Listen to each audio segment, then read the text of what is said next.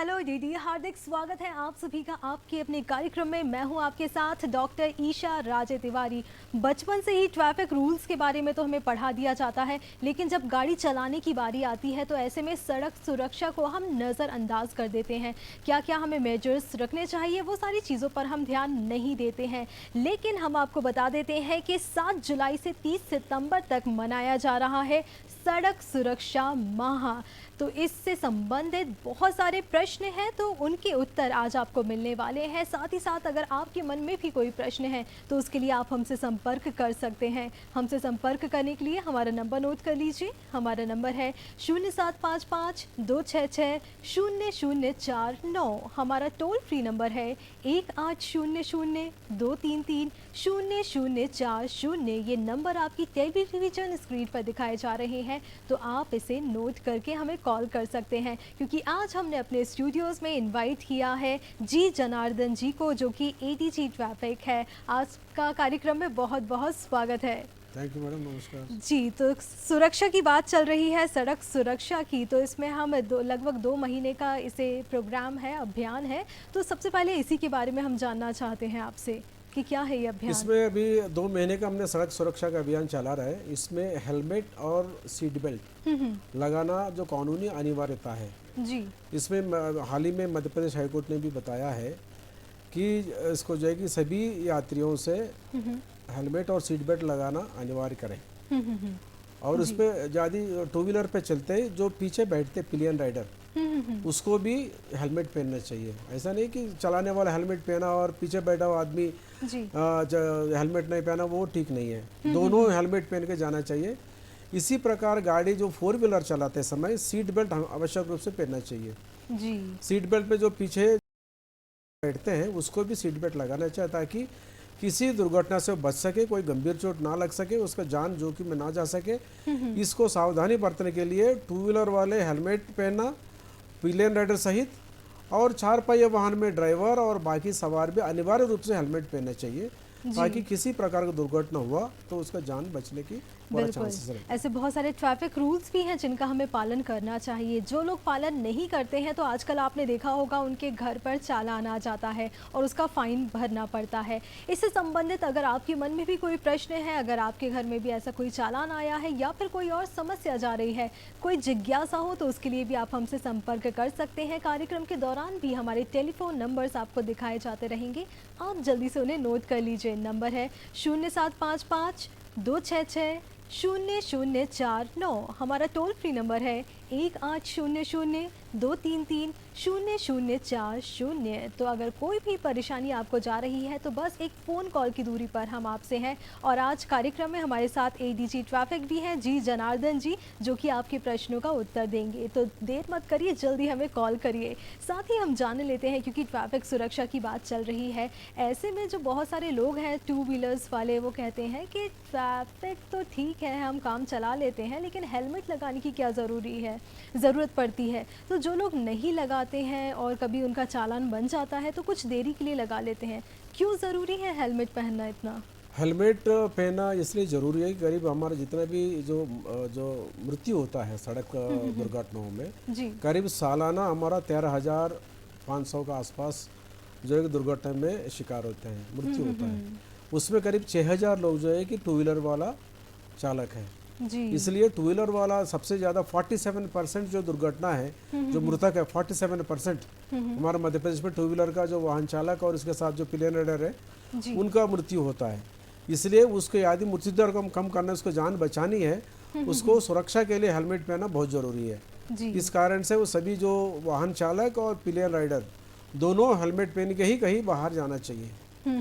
बिल्कुल। साथ ही साथ हेलमेट की बात चल ही रही है तो आइए जान लेते हैं कि किस तरह का हेलमेट लेना चाहिए। क्योंकि जब दुकान पर जाते हैं, शॉप पर जाते हैं, तो ऐसे में बहुत सारी वैरायटी हमें देखने को मिलती है। जो दुकानदार होता है वो भी बहुत सारी चीज़ें बेचना चाहता है, तो वो हमें बताता है कि ये वाला बेस्ट है। तो किन किन चीज़ों का ध्यान रखना चाहिए हेलमेट खरीदते समय? यस, बहुत ही अच्छा सवाल आपने पूछा है। इसमें कोई भी चीज़ हम खरीदते घर के लिए, टीवी हो या फ्रिज हो या कोई कपड़ा हो, तो हम मनपसंद का खरीदते हैं। इसी प्रकार जैसा आप जूता खरीदेंगे, जूता का अलग अलग साइज़ का जो है कि जूता होता है। कि 8 नंबर पाँव वाला जो है कि 9 नंबर जूता नहीं पहन सकता है। जी। इसी प्रकार जो हेलमेट का भी करीब 8 साइजेस के हेलमेट है। जैसा आपको सिर पे जो परफेक्ट बैठते हैं, पूरा सिर को सुरक्षा कर सकता है, जी। उसी प्रकार का नाप और उसका साइज आपका सिर पे ठीक से वो फिट हो रहा है कि नहीं, वो देख के जी। उसको खरीदना चाहिए। बिल्कुल सही बात कही आपने। और क्या क्या हमें ध्यान रखना चाहिए ये भी हम आपसे जानेंगे। अभी हमारे साथ एक कॉलर जुड़ गए हैं, विपिन जी सागर से। उनका सवाल हम पहले ले लेते हैं कार्यक्रम में। हार्दिक स्वागत है आपका, बताइए क्या सवाल है। जी नमस्ते मैम। जी नमस्कार।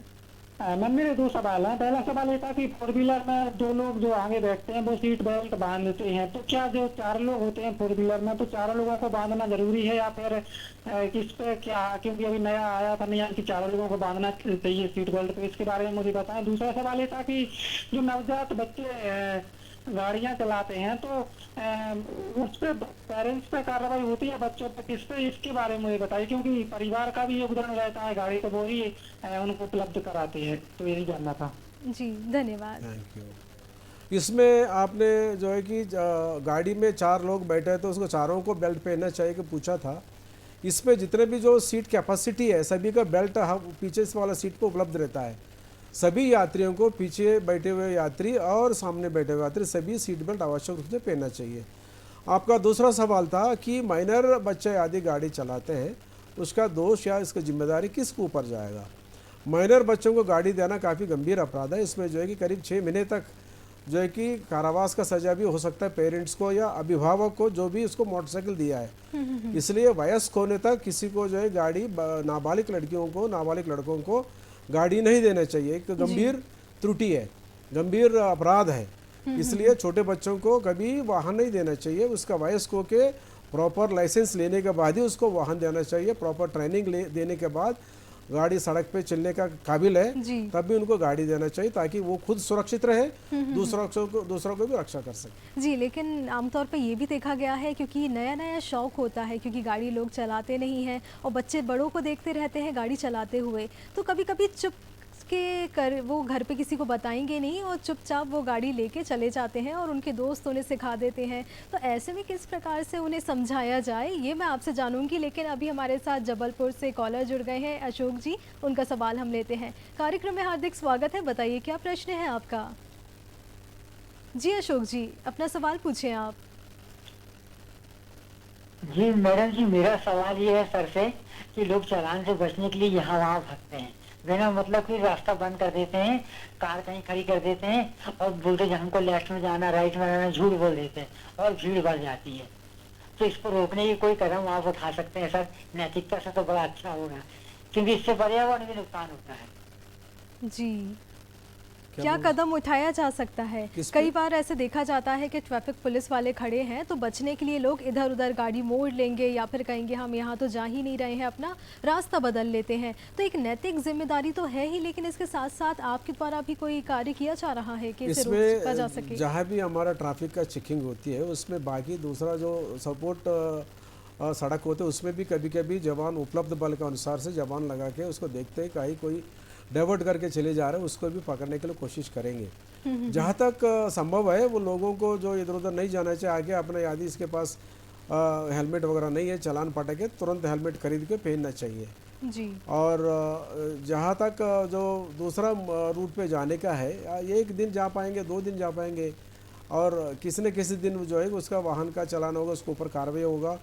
अभी हमारा जो ITMS में और हमारा सर्वेलेंस के माध्यम से इस प्रकार की जितना भी गाड़ी है उसका हम जो है कि वॉच करते हैं, उसका पूरा जो है नंबर प्लेट और बाकी चीज़ें, डेट और टाइम वगैरह आ जाता है, उसको भी एनालाइज करके हम जो है बाद में भी उसको घर पे चालान भेज के उसको कार्रवाई करते हैं। जी, तो अगर किसी व्यक्ति ने हेलमेट नहीं पहना है और वो पकड़ाया नहीं गया है बाय चांस ट्रैफिक पुलिस के द्वारा, तब भी उसके घर में चालान आ सकता है हेलमेट ना पहनने का? यस। जी, तो इस बात का हमें ध्यान रखना पड़ेगा, क्योंकि यही कुछ चेंजेस हैं जो कि हमें अपडेटेड रहना चाहिए इन चेंजेस को लेकर। अगर आपने हेलमेट नहीं पहना है और आप सोच रहे हैं कि हम नज़र से बच गए हैं पुलिस की, लेकिन नहीं, कैमरा जो है हर जगह है, तो चालान आपके घर तक भी पहुंच सकता है। हेलमेट की बात जो थी वो चल रही थी और साथ ही साथ हम जान रहे थे कि हेलमेट खरीदते समय किन सावधानियों का ध्यान रखना चाहिए, किन किन बातों का ध्यान रखना चाहिए, तो आइए जानते हैं।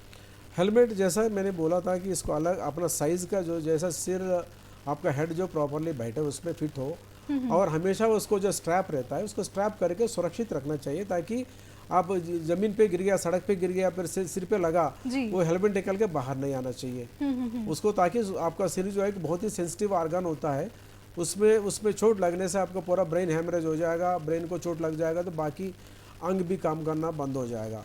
इसलिए सिर को बचा के रखना बहुत ज़रूरी है। जहाँ भी आप जाते हो प्रॉपर साइज़ का ISI मार्क का ही आपका हेलमेट खरीदना चाहिए, और प्रॉपर आपका हेड पे बैठने वाला जो है कि प्रॉपर साइज़ का हेलमेट पहनना चाहिए। जैसा आप जूता चप्पल खरीदते अपना साइज़ का, इसी प्रकार हेलमेट को भी आपको खरीदना चाहिए, और प्रॉपर फिट होने के बाद ISI मार्क का ही खरीदना चाहिए। और सीट बेल्ट जो इसका जो हेलमेट का स्ट्रैप होता है वो स्ट्रैप आवश्यक रूप से पहनना चाहिए, ताकि झटके में वो निकल के बाहर ना आ सके। बिल्कुल, ये तो हो गया हेलमेट को लेकर। लेकिन कई बार क्या होता है कि डुप्लीकेट माल भी बहुत सारा मिलता है, तो समझ में नहीं आता है कि ISI मार्क तो लगा हुआ है, लेकिन ये सही भी है या नहीं, उसकी गुणवत्ता सही है या नहीं, तो इसके लिए भी क्या कुछ आपके पास डुप्लीकेट हेलमेट कभी नहीं खरीदना चाहिए। मान लीजिए कहीं डुप्लीकेट ISI मार्क का आ रहा है, अब ISI का जो है यहाँ पर मानक का यहाँ पर ऑफिसेस है भोपाल में, अभी वहाँ स्थानीय पुलिस को यहाँ पर याद सूचना दिया है कि ये डुप्लीकेट ISI मार्क के साथ भेजा जा रहा है, उसके खिलाफ प्रत्यक्ष से अलग से कार्रवाई किया जाएगा। बिल्कुल, इसी के साथ भोपाल से हमारे साथ एक कॉलर जुड़ गए हैं, संजय जी, हार्दिक स्वागत है कार्यक्रम में। बताइए क्या सवाल है आपका? जी नमस्कार मैम, सबसे पहले तो मैं सर को नमस्कार करना चाहता हूँ कि वो आए हमारे और उनसे हमें जो जानकारी मिलती है वो हमारे लिए बहुत ही लाभदायक है।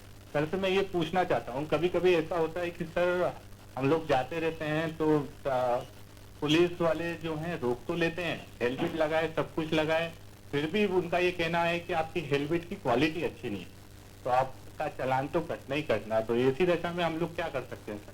कम से कम हमें समझा दिया जाए या क्वालिटी देखें सर उस टाइम की, क्या करें सर? जी, इसको हेलमेट आपको क्वालिटी का खरीदना चाहिए और समझाना चाहिए पुलिस कर्मचारियों को, लेकिन आपको हमेशा, जैसा मैंने पहले बोला था, गुणवत्ता का हेलमेट खरीद के, चूंकि ये किसी पुलिस से बचने के लिए नहीं बनाया गया हेलमेट, उसको जो आपका जान की रक्षा करने के लिए, किसी व्यक्ति का जो नागरिक का नुकसान होने से देश को काफ़ी नुकसान होता है, काफ़ी GDP पे काफ़ी प्रभाव पड़ता है, आप अर्निंग मेंबर देश में कम हो जाता है। इस कारण से जो है कि किसी हमारा नागरिक को बचाना मुख्य कारण है जी। इसलिए जो गुणवत्तापूर्ण ISI मार्क का अच्छी क्वालिटी का अपना जो सिर पे हेड पे बैठने वाला जो सही साइज का हेलमेट आपको खरीद के पहनना चाहिए। यदि किसी पुलिस कर्मचारी द्वारा आपको टोका टाकी किया है, तुरंत उसी दिन आप दुकान में जाके आपका जो भी निर्देश आपका जो लॉ एनफोर्समेंट अथॉरिटीज द्वारा दिया गया है उसको पालन करके अपना सुरक्षा के लिए बिल्कुल अच्छी हेलमेट आपको खरीद के पहनना चाहिए। जी, साथ अभी जैसे संजय जी का सवाल था हेलमेट की क्वालिटी को लेकर के, हम तो जल्दी में हैं और हमने देखा है हेलमेट भी लगा लिया है, जो रूल्स है उसका पालन भी कर रहे हैं, लेकिन फिर भी पुलिस ने पकड़ लिया है, तो ऐसे में कहीं ना कहीं जो चलाने वाला होता है चालक, वो भी परेशान हो जाता है कि मेरे बहुत सारे काम हैं और उसके लिए भी मुझे बस रोक लिया गया है, हेलमेट पहना है। अब जो क्वालिटी वाली चीज़ है, अब एक व्यक्ति खरीद रहा है, ध्यान से उसने खरीदा है, उसके बाद भी उसे पकड़ा जा रहा है क्योंकि ऐसे कुछ रूल्स तो उसे बताए नहीं गए थे। ऐसी इंसिडेंट से काफ़ी कम होता है, अक्सर ये नहीं होता है। यूजुअली हेलमेट पहन लिया था, एक बार उसको चेतावनी या उसका समझाइश दे के कर्मचारी हमारा अधिकारी उसको समझाइश दे के छोड़ते हैं, लेकिन हेलमेट जो नहीं पहने हैं उसके खिलाफ ज़रूर कार्रवाई होती है। जी बिल्कुल। कभी कुछ ऐसा है कि किसी को रोक लिया गया है और उसे लगता है उसके पास सारे जो डॉक्यूमेंट्स हैं वो भी सब हैं, हेलमेट भी लगाया हुआ है और उसे लग रहा है पुलिस कहीं ना कहीं उसे परेशान कर रही है, तो इसकी शिकायत अगर उसे करनी हो तो कहाँ कर सकता है? इसमें मैडम एक अभी डिजिटल कार्ड का एक प्रचलन है, आप जितने भी आपका डॉक्यूमेंट्स है डिजिटल फॉर्म में आप सेव करके रख सकते हैं, उसको दिखा सकते हैं जी। मान लीजिए दिखाने के बाद आपको पुलिस कर्मचारी को, अधिकारी को कोई डाउट आया कि ये इसमें थोड़ा हेराफेरी है या इसमें कुछ मॉडिफिकेशन है, वो दोबारा ओरिजिनल डॉक्यूमेंट आपसे तलब कर सकते हैं बाद में, जब भी आपको समय देगा उस समय थाने में लाके अपना ओरिजिनल डॉक्यूमेंट आप दिखा सकते हैं। और आपका लाइसेंस आपके साथ होना चाहिए, परमिट है, इंश्योरेंस का है, रजिस्ट्रेशन, इस प्रकार से सभी डिजिटल फॉर्म में आप रख के आप जो चेकिंग का अधिकारी है उसको दिखा सकते हैं। जी, बारिश का मौसम चल रहा है, ऐसे में जब गाड़ी चलाते हैं तो कहीं ना कहीं विजन में वैसे भी थोड़ा दिक्कत आती ही है, लेकिन फिर भी व्यक्ति बहुत सारी सावधानियां रख के धीरे धीरे गाड़ी चलाता है। लेकिन अचानक देखता है कि सड़क पे कोई पशु बैठा हुआ है या आ जाता है अचानक से, तो ऐसे में फिर क्या किया जाता है? कौन देखता है, मॉनिटरिंग कौन करता है इस चीज़ की अगर दुर्घटना घट जाती है? इसमें जो है कि हमारा मध्य प्रदेश में सबसे ज़्यादा दुर्घटना हो रही है तेज़ गति से वाहन चलाने के कारण। जानवर जो है, जानवर तो पढ़े लिखे नहीं है, जानवर अचानक आ जाते हैं, तो उसको आपका गाड़ी को नियंत्रित गति से आपको चलाने से इस प्रकार की दुर्घटना से बच सकते हैं। जी। जहाँ तक सवाल है आपका, जो जानवर सड़क पे बैठते हैं, हाल ही में जो प्रमुख सचिव नगरीय प्रशासन द्वारा एक आदेश जारी किया है कि सभी जो 10 दिन के अंदर जितने भी आवारा मवेशी है, आवारा पशु है, उसका रजिस्ट्रेशन करके उसको खिलाफ कार्रवाई करें, उसको कांजी हाउस में जमा करें। इस प्रकार का एक निर्देश अभी जारी किया है नगर निगम द्वारा, नगर पालिका द्वारा, जितने भी हमारा जो एक लोकल गवर्नमेंट्स हैं उनके द्वारा इस आवारा मवेशियों को जब्त करके ले जाके उसको कांजी हाउस में जमा करते हैं। उसका पालकों को भी जो डायरेक्शन देते हैं उसको जो है बांध के रखें और इसको जो है कि आम सड़क पे इसको छोड़े ना, ताकि किसी दुर्घटना से किसी का जान ना जा सके। जी, स्पीडिंग की समस्या हम देखते हैं बहुत सारे युवाओं में खासकर ये देखी जाती है। बहुत सारे युवाओं को शौक होता है कि अगर सड़क खाली पड़ी है या फिर अच्छी लंबी जा रही है सीधी सीधी, तो ऐसे में तेज़ गाड़ी चलाते हैं। और बाइक्स जो टू व्हीलर्स वाले हैं वो ज़्यादा देखा गया है, ख़ास तौर पे बाइक्स में। तो ऐसे में वो स्टंट करना भी पसंद करते हैं। उन्हें पता होता है कहीं ना कहीं ये चीज़ ठीक नहीं है उनके लिए, कोई ना कोई दुर्घटना उनके साथ हो सकती है, साथ ही साथ जो उसके आसपास लोग हैं वो भी प्रभावित हो सकते हैं। तो इसके लिए क्या कुछ रूल्स हैं, क्या कुछ कार्रवाई की जाती है जो लोग स्टंट करते हैं या फिर ओवर स्पीडिंग करते हैं? जो सड़क है किसी स्टंट करने के लिए या लहराती गाड़ी चलाने के लिए या तेज़ गति से वाहन चलाने के लिए नहीं है। हर एक सड़क को संबंधित सड़क निर्माण एजेंसियों द्वारा इसका स्पीड लिमिट तय किया गया है। कहाँ पर कितना किलोमीटर का स्पीड से गाड़ी चलाना है। 40 किलोमीटर है, 60 किलोमीटर है, 80 किलोमीटर है, 20 किलोमीटर है, अलग अलग वो लोग बोर्ड लगाते हैं। जितना गति जो एक निर्धारित किया गया है उसी गति से टू व्हीलर हो या फोर व्हीलर हो उसी गति से वाहन चलाना चाहिए। जब भी कोई व्यक्ति लहराते हुए गाड़ी चलाना, स्टंट करना या यदि कोई और हरकत करना, ये पूरा दंडनीय अपराध है, काफ़ी गंभीर अपराध है। इसमें 10,000 तक उसमें जो है फाइन का प्रावधान है। जी बिल्कुल। साथ ही साथ अगर कोई दुर्घटना घट गई है, ऐसे में जो आसपास वाले लोग हैं वो सोचते हैं कि हॉस्पिटल लेके जाया जाए, लेकिन पुलिस की किसी कार्रवाई में वो नहीं पड़ना चाहते हैं, तो क्या कुछ रूल्स पे बदलाव आए हैं कि अगर कोई लोग लेके जाते हैं तो क्या उनसे पूछताछ की जाती है? यस, आपने बहुत अच्छा सवाल पूछा है। इसमें हाल ही में गवर्नमेंट ऑफ इंडिया द्वारा 2022 अक्टूबर में एक नया कानून लेकर आया है, Good Samaritan Act. Good Samaritan Act, नेक इंसान की, ये जो नेक व्यक्ति का ये कानून है। किसी नेक व्यक्ति द्वारा किसी दुर्घटना घटित हुआ, किसी गंभीर चोट से किसी व्यक्ति को गोल्डन आवर में ले जाके उसका जान बचाने में काम करते हैं और उसका जान बचता है उसका मदद से, उस कारण से उस व्यक्ति को 5,000 रुपये का नगद इनाम दिया जाएगा और एक प्रशस्ति पत्र भी दिया जाएगा उसका अच्छा काम के लिए। इस प्रकार का जो उत्कृष्ट जो प्रकरण है वो गवर्नमेंट ऑफ इंडिया को हम भेजते हैं। वहाँ पर जो गवर्नमेंट ऑफ इंडिया में जो है कि हर एक स्टेट से 3 जो इस प्रकार का अच्छे प्रकरण को गिनने के बाद उसको 1 लाख रुपए तक का जो है कि इनाम राशि दिया जाता है। Government of India minister of road transport द्वारा भी एक प्रशस्ति पत्र जो है उस व्यक्ति को दिया जाता है। बिल्कुल। और दूसरा सवाल आपने ये बोला कि क्या इससे पुलिस पूछताछ करती है क्या? दुर्घटना में हमारा लोगों की जान बचाना हमारा मुख्य उद्देश्य है। इसमें पुलिस की तरफ से किसी प्रकार का पूछताछ नहीं होगी। आप जो है कि आपका सामने आज कोई दुर्घटना घटित हुआ है, घायल आदमी को आप तुरंत आप अस्पताल शिफ्ट कर देंगे, आपसे कोई पुलिस जो है कि पूछताछ नहीं की जाएगा। इससे पूछताछ से पूरा उसको मुक्त किया गया है ताकि घायलों को जो है कि प्राथमिकता दे, घायलों को जो है कि जान बचाने के लिए प्राथमिकता दे। इस कानून में प्रावधान दिया गया है। बिल्कुल। तो अगर कहीं आपको कोई व्यक्ति ऐसा दिखता है जिसके साथ सड़क दुर्घटना हो गई है और ऐसे में उसे हॉस्पिटल आप पहुंचा सकते हैं, तो उसे ज़रूर लेके जाएं, क्योंकि पुलिस की पूछताछ आपसे नहीं होगी। साथ ही साथ आप जो ये काम कर रहे हैं इसके लिए इनाम भी अप्रिशिएट भी किया जाएगा इस चीज़ को। साथ ही साथ आपके मन में भी अगर कोई सवाल है तो वो आप तैयार रखिएगा। अभी हम लेते हैं ये छोटा सा ब्रेक और मिलते हैं आप सभी से इस ब्रेक के बाद। माननीय प्रधानमंत्री श्री नरेंद्र मोदी की संकल्पना सहकार से समृद्धि के तहत भारत सरकार ऐसी नई नीतियां विकसित कर रही है जो छोटे और सीमांत किसान की मदद करेंगी। ये एफपीओ छोटे किसानों को बड़ी ताकत देने वाले हैं। ये छोटे किसानों को मार्केट में बड़ी फोर्स बनाने के माध्यम है। बीज से लेकर बाजार तक हर व्यवस्था को छोटा किसान कैसे अपने पक्ष में खड़ा कर सकता है, कैसे बाजार की ताकत को चुनौती दे सकता है, ये उसका अभियान है।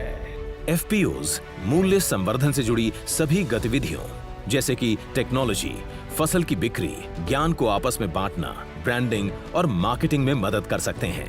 सहकारिता क्षेत्र एकमात्र ऐसा क्षेत्र है जिसमें कम से कम पूंजी में बहुत सारे लोग एकत्रित आकर बहुत बड़ा योगदान दे सकते हैं। राष्ट्रीय सहकारी विकास निगम की स्थापना 1963 में संसदीय अधिनियम द्वारा एक सांविधिक निगम के रूप में की गई थी, जिसका उद्देश्य कृषि उपज के उत्पादन, प्रसंस्करण, विपणन, भंडारण, निर्यात और आयात के लिए कार्यक्रमों की योजना बनाना, संवर्धन और वित्त पोषण करना है।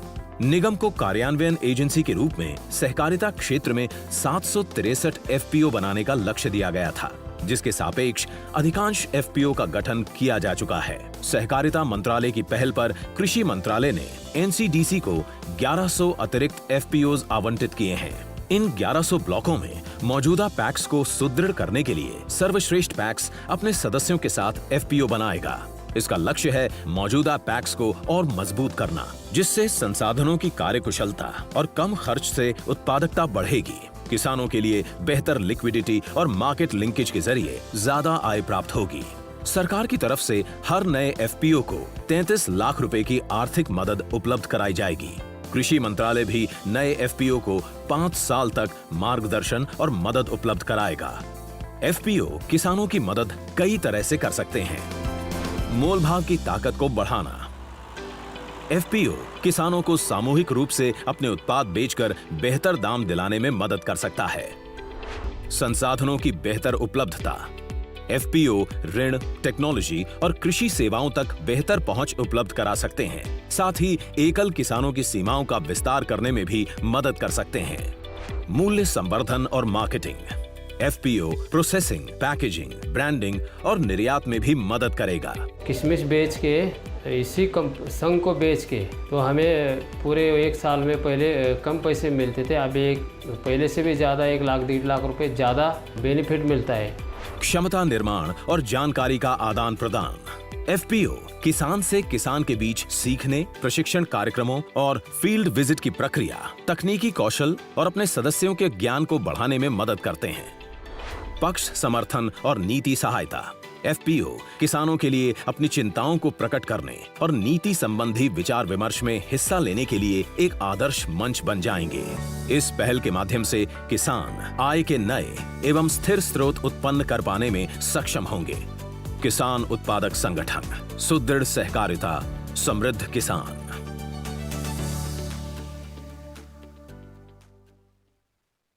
एक बार फिर से स्वागत है आप सभी का आपके अपने कार्यक्रम हेलो दीदी में। मैं हूं आपके साथ डॉक्टर ईशा राजे तिवारी और आज हम बात कर रहे हैं ट्रैफिक पुलिस और आम जन विषय पर।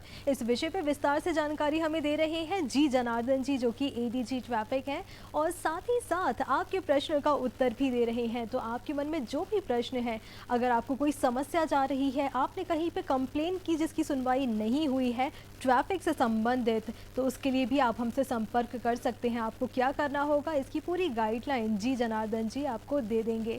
साथ ही साथ हम सुरक्षा, सड़क सुरक्षा की भी बात कर रहे हैं।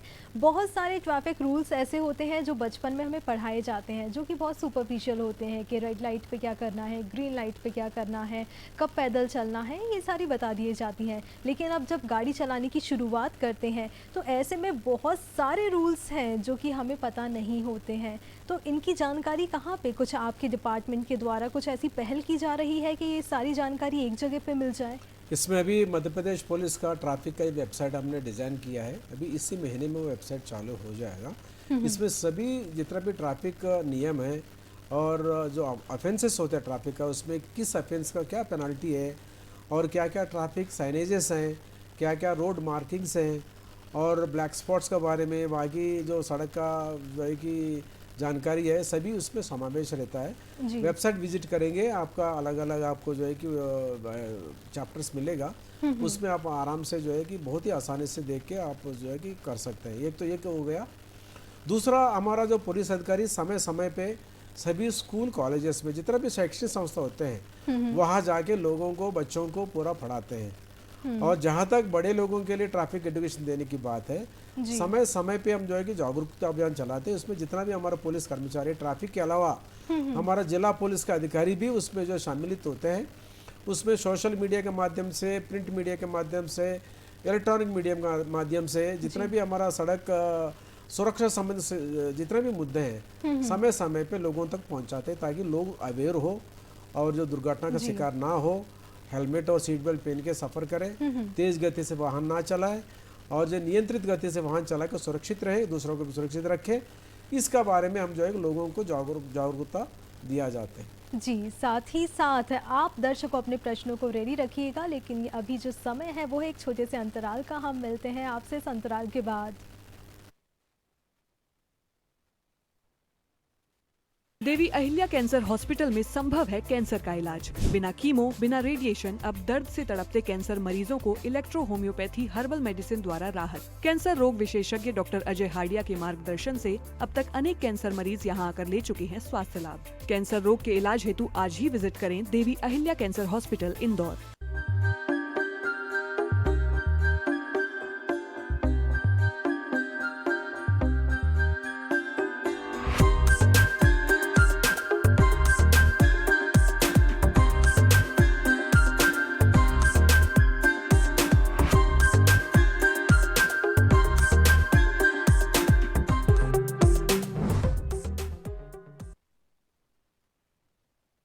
जी, तो आपके प्रश्न रेडी है क्या? ट्रैफिक से संबंधित, सड़क सुरक्षा से संबंधित जो भी प्रश्न है उसके लिए आप हमसे संपर्क कर सकते हैं। नंबर एक बार फिर से हम आपको बता देते हैं, 0755 266 0049। हमारा टोल फ्री नंबर भी है, आप चाहें तो उसे भी नोट कर सकते हैं।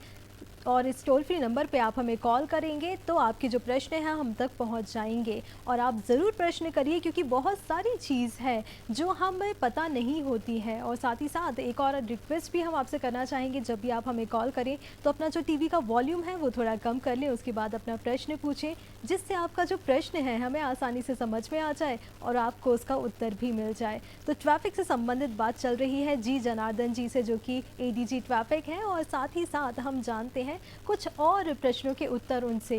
साथ ही में जैसा कि हमने देखा है कि कई बार अभिभावक होते हैं, अपने बच्चों को स्कूल छोड़ने जाते हैं, या फिर अगर वो वैसे भी कहीं पे जा रहे हैं, उन्होंने हेलमेट लगाया हुआ है, माता ने भी लगाया हुआ है, पिता ने भी लगाया हुआ है। अब बच्चा जो है वो छोटा बच्चा है, तो क्या उस छोटे बच्चे को भी हेलमेट लगाना ज़रूरी है? बहुत अच्छी सवाल आपने पूछा मैडम। इसमें 4 साल का बच्चा, 4 साल के ऊपर का जितना भी बच्चा है उसको हेलमेट आवश्यक रूप से पहनना चाहिए। जी, लेकिन आमतौर पे जब हम देखते हैं बहुत सारी दुकानें लगती हैं हेलमेट की, उसमें दिखते नहीं है इतने छोटे छोटे साइज़ के हेलमेट। छोटे साइज़ का हेलमेट भी मिल जाता है। 4 इयर्स का ऊपर का सभी बच्चों को उसको हेलमेट पहनना चाहिए। हेलमेट, बिना हेलमेट के यदि कोई बच्चे को आप ले जा रहे हैं, 4-5-6 साल का बच्चा है, तो उसका आप जो है जान खतरे में डाल रहे हैं जी। इसलिए सुरक्षा को पूरा ख्याल रखना चाहिए। यदि 4 साल का हो गए, उसको तुरंत हेलमेट खरीदना चाहिए। हेलमेट खरीद के उसको हेलमेट पहना के आपको साथ मोटरसाइकिल में ले जा सकते हैं जी। एक पहलू है सुरक्षा का, लेकिन अगर बच्चे ने हेलमेट नहीं पहना है तो क्या उस पर भी चालान बनाया जाता है? हाँ, ऑफ कोर्स। बच्चा का उसका अभिभावक पटाएगा चालान जी। उसका अभिभावक जो है कि इसका चालान राशि उसको पे करेगा। उसको जो है कि उसको बच्चा का उसको हेलमेट पहनने का उम्र आ गया, 4 साल क्रॉस कर लिया है, उनको हेलमेट पहनना चाहिए जी। तो अब हमें इस चीज़ का ध्यान रखना है, क्योंकि पुलिस ने तो पहल कर दी है, कहीं ना कहीं हमारी भी जिम्मेदारी होती है सुरक्षा को लेकर। अब हेलमेट पहनना ही पहनना है और हमें हमारी सुरक्षा के लिए हेलमेट को पहनना है। घर में छोटा बच्चा है, 4 साल से ज़्यादा की अगर उसकी उम्र है, तो उस बच्चे को भी हेलमेट आप ज़रूर पहनाइए। साथ ही साथ ट्रैफिक रूल्स की बात चल रही है, ऐसे में अब किसी गाड़ी को ओवरटेक करना है तो इससे संबंधित क्या कुछ रूल्स होते हैं? क्योंकि हम लोग गाड़ी चलाते तो रहते हैं, लेकिन जो रूल्स हैं उनके बारे में पता नहीं होता है। इसमें वाहन सड़क पे चलते समय यदि आपका हेवी व्हीकल है, बड़ा व्हीकल है, उसको जो है उसको बाएं तरफ जाना चाहिए। स्लो मूविंग व्हीकल हमेशा जो बाएं तरफ चलेगा और तेज़ रफ्तार से गाड़ी जो है कि राइट साइड पे चलेगा।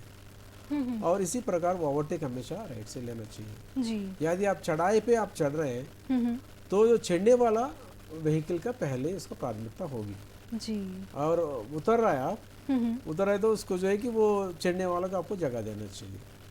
इस प्रकार की कई सारे इसमें नियम है जी। और साथ ही साथ जैसा कि आपने बताया कि आप एक वेबसाइट भी लॉन्च करने वाले हैं, तो संबंधित जानकारी जो हमारे दर्शक हैं उस वेबसाइट के थ्रू भी उन्हें मिल जाएगी। कई बार ये भी देखा जाता है कि रेड लाइट है तो ऐसे में गाड़ी खड़ी कर दी है और वेट कर रहे हैं ग्रीन लाइट होने का, लेकिन अब कुछ सेकंड्स बचे हुए हैं और जल्दी से किसी ने अगर ट्रैफिक देखा कि ग्रीन लाइट होने वाली है, पहले ही गाड़ी आगे निकाल दी, तो ऐसे में जो चालान होता है या फिर कार्यवाही होती है वहाँ जो ट्रैफिक पुलिस ऑफिसर खड़ा रहता है वो करता है, या फिर कैमरे के थ्रू जो चालान है वो घर पे आ जाता है? इसमें वहाँ पर यदि पुलिस अधिकारी उपस्थित है, इस प्रकार का जो एडवेंचर करने वालों को रोक के उसको कार्रवाई करते हैं। मान लीजिए किसी चौराहे पे इस प्रकार का पुलिस कर्मचारी अधिकारी नहीं उपलब्ध है, वहाँ पर हमारा जो सर्वेलेंस कैमरा रहते हैं, ट्रैफिक कैमरा रहते हैं, ITMS का कैमरा रहते हैं, उस कैमरे के माध्यम से हम जो है कि उसका स्टडी करके उसके यदि इसके नंबर प्लेट इत्यादि वगैरह ठीक से दिखाई देता है, उसको हम जो है कि चालान करके घर पे चालान उसको भेज देते हैं। और कोई गंभीर धाराओं में उस वाहन जो है कि अब इन्वॉल्व है तो उसको वाहन का भी जब्ती की कार्रवाई करते हैं।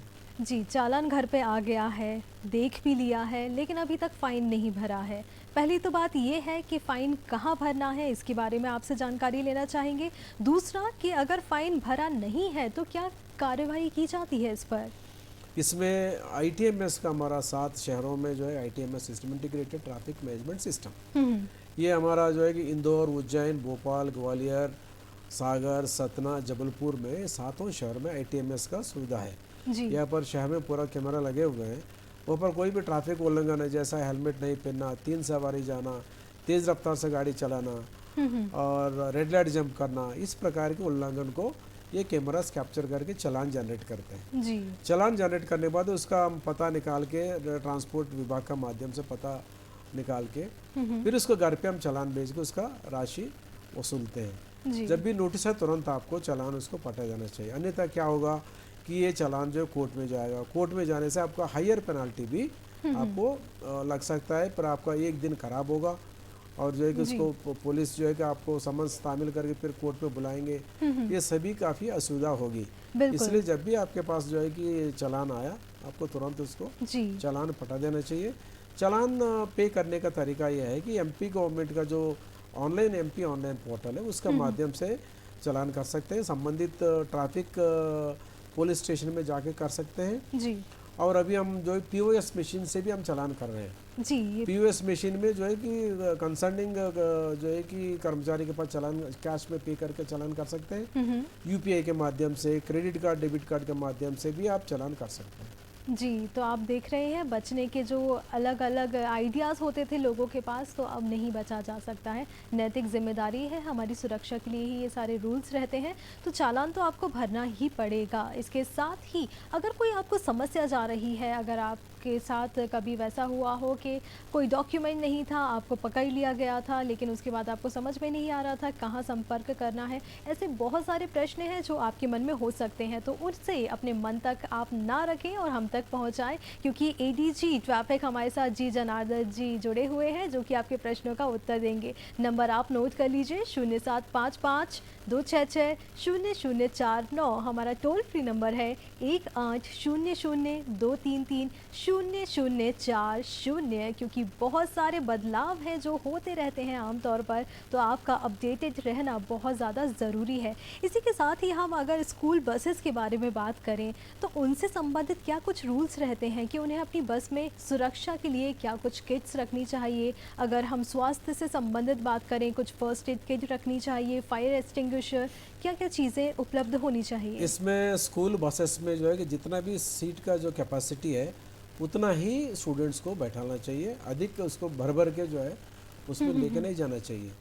और इसी प्रकार जो है कि जो हमारा फर्स्ट एड बॉक्स होता है, फर्स्ट एड बॉक्स में हमेशा आवश्यक जो दवाइयाँ है उसमें रखना चाहिए। कभी कभी जो फर्स्ट एड बॉक्स रहता है उसमें दवाई नहीं रहती है, इसी प्रकार जो है कि हर एक बस में जो स्कूल बसेस होते हैं उसमें अटेंडेंट होना चाहिए जी। ताकि बच्चे जो है कि अपना जो शरीर का कोई भी जो सिर हो या हाथ हो इस प्रकार के बाहर ना रख सके, कोई दुर्घटना का शिकार ना हो सके। और जो है ओवरलोडिंग कभी नहीं करना चाहिए। और ड्राइवर का जो भी ड्राइवर है उसका जो है सभी ड्राइविंग लाइसेंस इत्यादि वगैरह है, उसका आंख का परीक्षण हुआ है कि नहीं है उसको देखना चाहिए। और उसको भी ये भी समझाना चाहिए कि तेज़ रफ्तार से गाड़ी न चलाए। तेज़ रफ्तार से गाड़ी चलने से जो वाहन दुर्घटना होने की खतरा रहता है, उसमें जो है कि छोटे छोटे बच्चों की जान जोखिम होता है। पिछले साल इसी प्रकार का उज्जैन में एक घटना घटी, तो उसमें 7-8 छोटे छोटे बच्चे का डेथ हुआ। काफ़ी दर्दनाक और जो है कि काफ़ी भयावह होता है।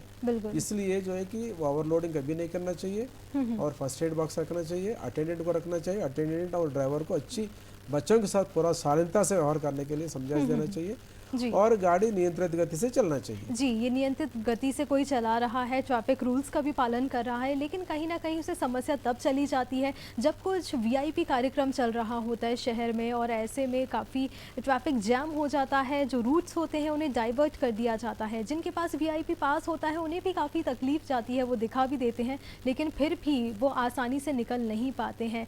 तो इसके लिए क्या कुछ किया जा रहा है?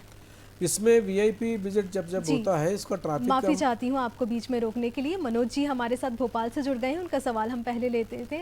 कार्यक्रम में हार्दिक स्वागत है, बताइए क्या प्रश्न है आपका? सर नमस्कार। नमस्कार। तो मेरा आपसे क्वेश्चन ये है कि ये आम लोग जो सड़क पे वाहन खड़े कर देते हैं और वहाँ से फिर निकलने के लिए बिल्कुल जरूरत नहीं होती, कई बार ट्रैफिक पुलिस वाले भी अपने बैरियर लगा के छोड़ देते हैं, वहाँ भी निकलने की परेशानी होती है, तो इसके लिए आप क्या कर सकते हैं? हाँ, इसमें काफ़ी अच्छा सवाल आपने पूछा है। इसमें वाहन पार्किंग की काफ़ी बड़ी समस्या है, क्योंकि हर साल जो है कि हज़ारों तादाद में जो है कि गाड़ियाँ सड़क पे आ रही है, लेकिन सड़क जितना जो बढ़ना चाहिए सड़क उतना ही है। इस कारण से पार्किंग का समस्या है। पार्किंग समस्या हल करने के लिए आपका मल्टी स्टोरी पार्किंग है, बाकी जो है कि जहाँ जहाँ खाली जगह है और हाई राइज बिल्डिंग्स में नीचे जो है अंडरग्राउंड में पार्किंग करने का सुविधा वगैरह आवश्यकता है। इसमें जो बड़ी हमारा जो अर्बन एरिया है म्यूनसिपैलिटीज़ म्यूनसिपल कॉरपोरेशंस में ये पार्किंग समस्या है।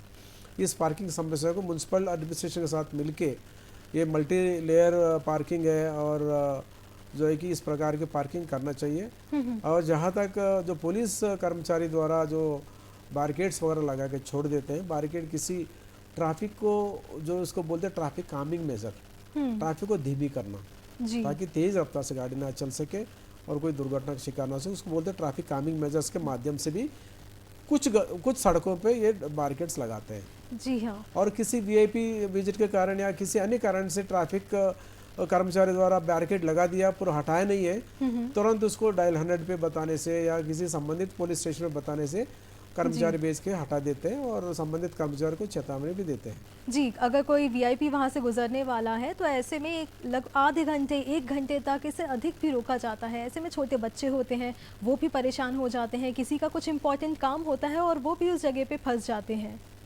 इसमें वीआईपी विजिट में इतना आधा घंटा 1 घंटा का रोकने का नहीं है, काफ़ी कम समय में रोका जाता है, तुरंत याद डाइवर्ट किया जाता है।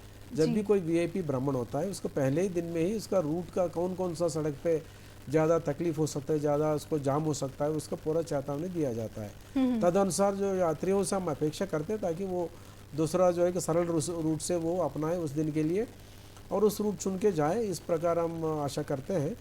और जहाँ तक वीआईपी विजिट के कारण आम सभा के कारण कभी कभी तकलीफ होता है, जी, उनको जितना कम है हो सके उसे कम होने के हम प्रयास करते हैं। जी, आपने कहा है कि पहले से ही सूचित कर दिया जाता है अगर रूट को डाइवर्ट किया जा रहा है, तो ये सूचना कहाँ दी जाती है कि वो लोगों तक पहुँच ही नहीं पाती है? इसमें जो बेसिकली हम लोगों को पहुँचने का तरीका मीडिया ही है, media, electronic media, social media के माध्यम से हम जो है कि 1 दिन पहले से ही जानकारी दिया जाता है कि कल इतना तारीख को इस सड़क पे जो है कि वीआईपी विजिट है, इसमें इतना आम सभा है, इसमें थोड़ा सा जाम होने की जो चांसेस रहते हैं, इसलिए आप जो अल्टरनेटिव रूट है इसमें आप जा सकते हैं बोल के जो है कि अपना एडवाइजरी हम जारी करते हैं। इसके अलावा अगर किसी को कोई समस्या जा रही है तो उसे कहाँ संपर्क करना है, इस प्रश्न का हम उत्तर लेंगे, लेकिन अभी समय हो चला है एक अंतराल का। मिलते हैं आप सभी से हम इस छोटे से अंतराल के बाद। देवी अहिल्या कैंसर हॉस्पिटल में संभव है कैंसर का इलाज। बिना कीमो, बिना रेडिएशन अब दर्द से तड़पते कैंसर मरीजों को इलेक्ट्रो होम्योपैथी हर्बल मेडिसिन द्वारा राहत। कैंसर रोग विशेषज्ञ डॉक्टर अजय हाडिया के मार्गदर्शन से अब तक अनेक कैंसर मरीज यहां आकर ले चुके हैं स्वास्थ्य लाभ। कैंसर रोग के इलाज हेतु आज ही विजिट करें देवी अहिल्या कैंसर हॉस्पिटल, इंदौर।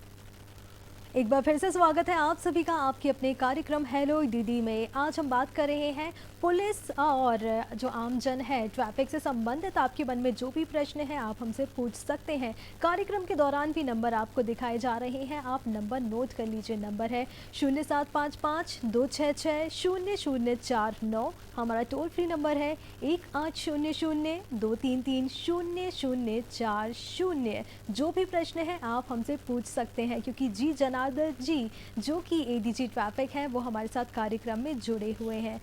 तो अगर किसी को कोई समस्या जा रही है ट्रैफिक से संबंधित, रोड से संबंधित, जो कि सुरक्षा है हमारी उससे संबंधित, तो कहाँ संपर्क किया जा सकता है?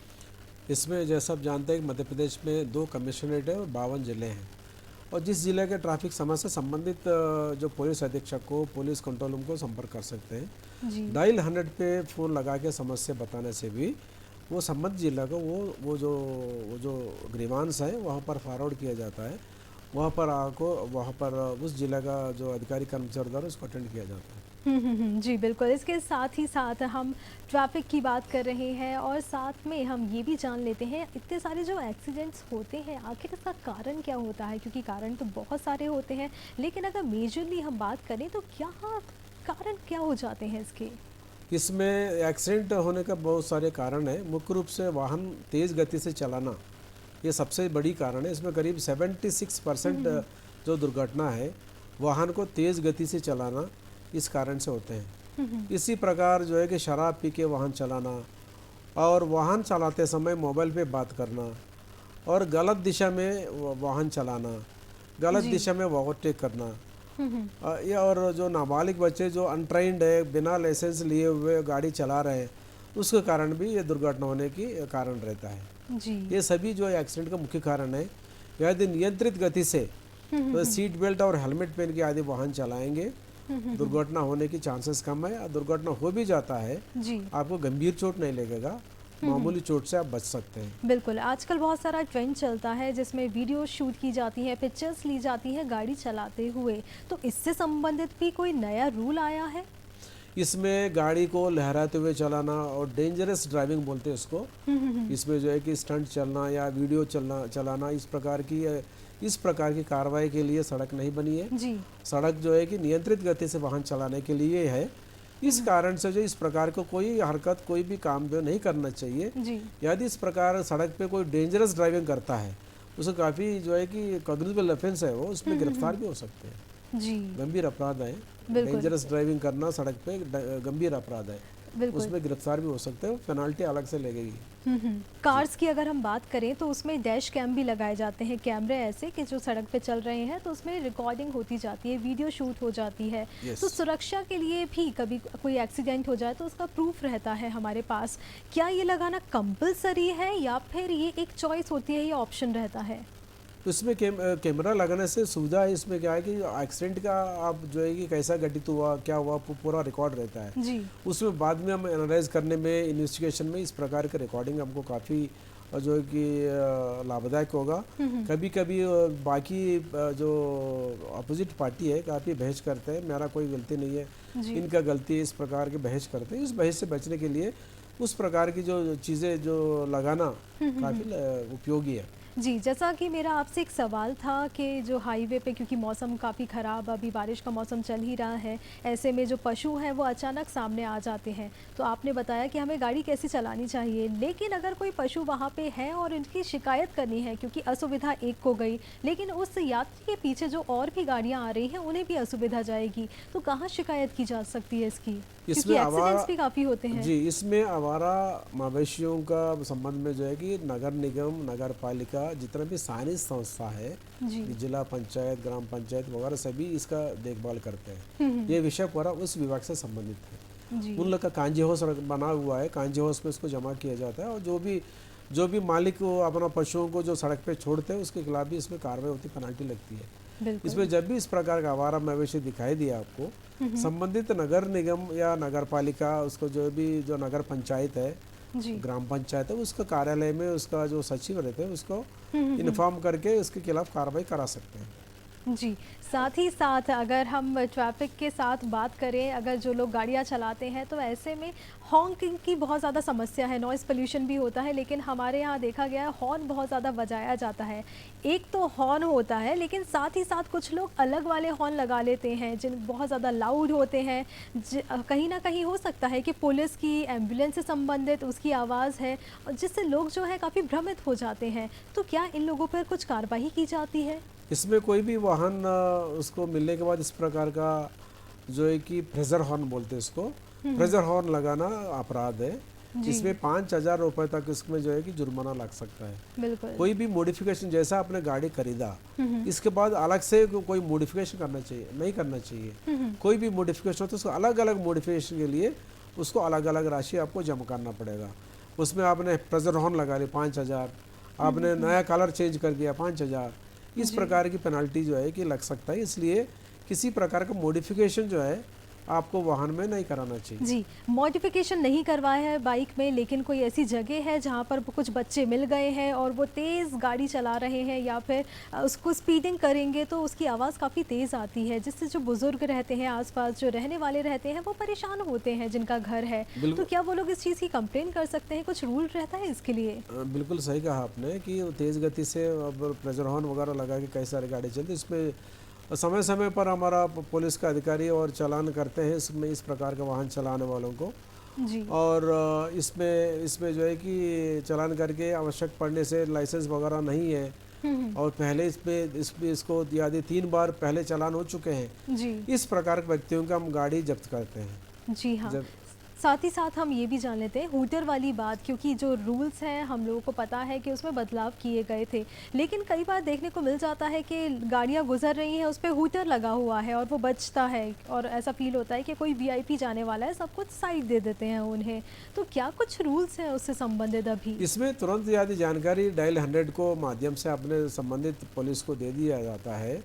इसमें फलाना सड़क पे कितना बजे एक हूटर लगा के 2 व्हीलर या 4 व्हीलर गाड़ी जा रहा है जी, इसमें जानकारी लेके आगे हम जो नाका लगा के इस प्रकार के वाहनों के खिलाफ कार्रवाई कर लेते हैं। जी हाँ, जैसे हमारे कॉलर का भी सवाल था कि पार्किंग कुछ लोग कर देते हैं, तो पार्क तो अपनी गाड़ी किसी और ने की है, लेकिन परेशानी अन्य व्यक्तियों को भी होती है। तो जो गलत जगह पे, सड़क पे अगर गाड़ियाँ पार्क्ड हैं तो उसकी भी शिकायत की जा सकती है, कहाँ करनी पड़ेगी?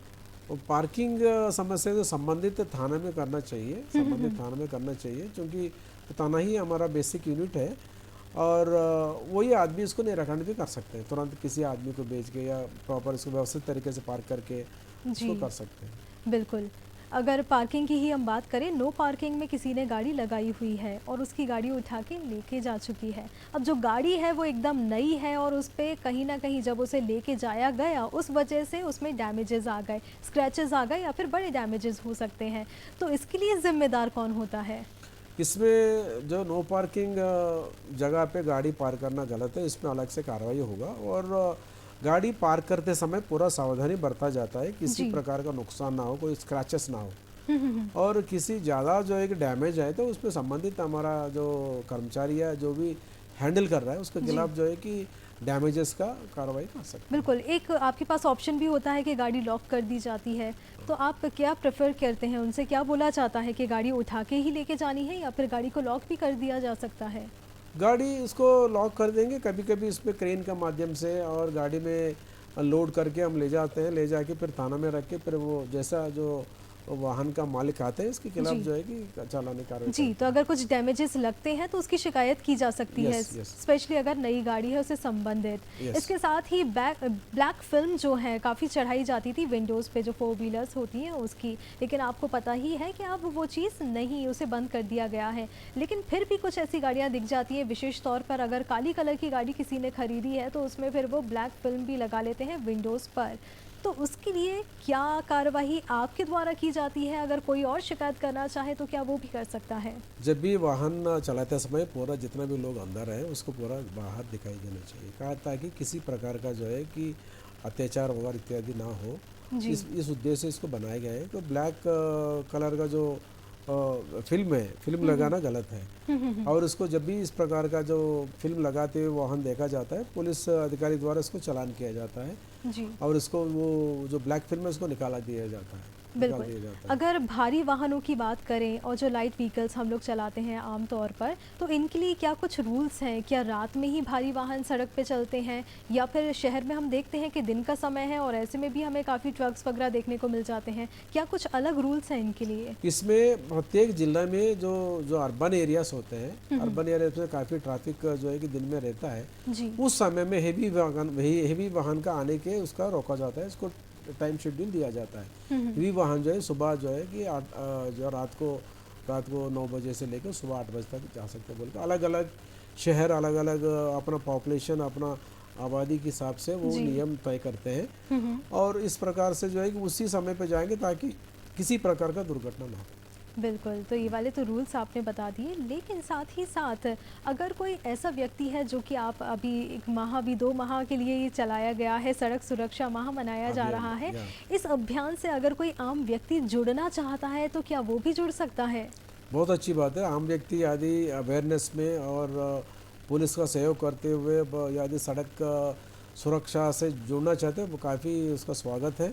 और संबंधित थाना प्रभारी, संबंधित पुलिस अधीक्षक या संबंधित नगर पुलिस अधीक्षक या अनुविभाग अधिकारी पुलिस से संपर्क करके अपना सहयोग किस प्रकार से दे सकते हैं उसको आप बात करके जुड़ सकते हैं। तो अगर कोई वॉलंटियर बनना चाहता है, आपके साथ जुड़ना चाहता है, तो क्या प्रक्रिया होती है? कुछ फॉर्म फिल करना होता है या कहाँ संपर्क करना पड़ता है? उसमें संबंधित थाना प्रभारी, डीएसपी और एसडीओपी, सीएसपी, एसपी साहब से मिलने से जब भी इस प्रकार से अभियान चलाते हैं वहाँ पर जाके ये लोग अपना मदद दे सकते हैं। बिल्कुल। हमने बात की जो आम जो जनता है उसे क्या समस्या होती है, लेकिन हम आपसे जानना चाहेंगे, क्योंकि बहुत सारी जो आपको व्यवस्था को संभालना पड़ता है, काफ़ी एक्सीडेंट्स भी होते हैं, लोग जो ट्रैफिक रूल्स है उसका पालन नहीं करते हैं, तो आपको किन किन समस्या से गुजरना पड़ता है? बेसिकली हमको मुख्यालय में जो कोऑर्डिनेशन, रोड सेफ्टी ऐसा जटिल विषय है कि कई सारे विभाग इसमें जुड़े हुए हैं, जैसा हेल्थ है, स्वास्थ्य विभाग है। जैसे मान लो कोई दुर्घटना घटित हो जाता है, उसका इलाज, सही इलाज हो, उसका जान बच सके। इसी प्रकार सड़क निर्माण एजेंसी है, सड़क निर्माण करने के बाद कहीं गड्ढा वड्ढा ना हो, रोड मार्किंग हो, रोड साइनेज हो, रोड लिमिट का जो स्पीड लिमिट का बोर्ड हो, लोगों को जो जितना भी चालक है सड़क यूज करने वाले उसका अधिक से अधिक जानकारी हो, ये पूरा सड़क निर्माण एजेंसी देखते हैं। बिल्कुल। तो सड़क निर्माण एजेंसी हो गया, हेल्थ डिपार्टमेंट हो गया, और परमिट, इंश्योरेंस और जो रजिस्ट्रेशन, ये काम देखते हैं। जी, कहीं ना कहीं आपके लिए भी चैलेंजिंग होता है। बिल्कुल। तो आप जो हमारी जनता, हमारी दर्शक है जो इस कार्यक्रम को देख रहे हैं, उन्हें क्या संदेश देना चाहते हैं? इसमें मेरा जनता से यही अपील है कि अभी जो इस अभियान में हम जो है कि हेलमेट और सीट बेल्ट का काफ़ी जोर दिया जा रहा है। हेलमेट नहीं पहनने के कारण जो करीब 76% लोगों की जान जा रही है जी। और इसमें जो है कि हेलमेट का, इसलिए आप हेलमेट और सीट बेल्ट का आवश्यक रूप पहने, बिना हेलमेट धारण करे, बिना जो सीट बेल्ट पहने आप सड़क पे ना जाए। और हेलमेट सीट बेल्ट अनिवार्य कर दिया गया, पहले ही कानून में अनिवार्य है, और किसी प्रकार का कोताही इसमें नहीं होगी। इसलिए पूरा इसको 100% इसको पालन करें ताकि आपका जान को कोई खतरा में ना हो, इसी प्रकार दूसरे यात्री को भी जान का कोई खतरा ना हो जी। इसलिए मेरा अपील ये है कि पूरा ट्रैफिक नियम को फॉलो करते हुए नियंत्रित गति से वाहन चलाएं, और वाहन चलाते समय शराब ना पिए, और जो वाहन चलाते समय मोबाइल पे बात ना करें। यदि मोबाइल पे बात करना है, आपका गाड़ी साइड में पार्क करके बात कर फिर आगे बढ़े जी। इस प्रकार का काम करने से दुर्घटना काफ़ी कम हो जाएगा। बिल्कुल जी। जनार्दन जी, आप हमारे साथ आज कार्यक्रम में जुड़े, इतनी महत्वपूर्ण जानकारी हम सभी को दी, इसके लिए आपका हार्दिक धन्यवाद।